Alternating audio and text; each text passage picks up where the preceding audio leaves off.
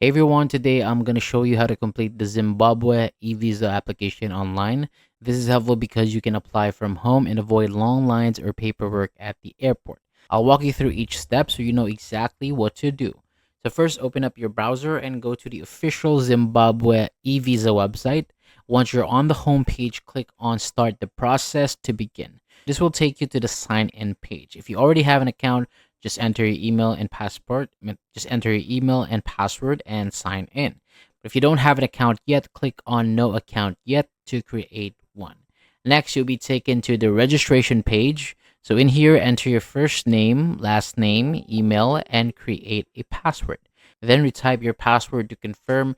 After that, tap the confirm button. So once you tap confirm, you'll be taken to the application reference page. So this page shows your reference number, so make sure to save it because you'll need it to track your application later.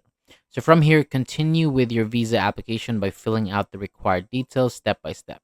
Enter your personal information exactly as it appears on your passport, then provide your travel details, including your purpose of visit and intended dates. After that, upload the required documents if asked, and before submitting, review everything carefully to make sure there are no mistakes.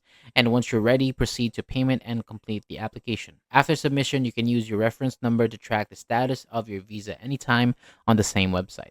So that is all for today. Thank you so much for watching. For more videos like this, hit the subscribe button below, and I'll see you on the next video.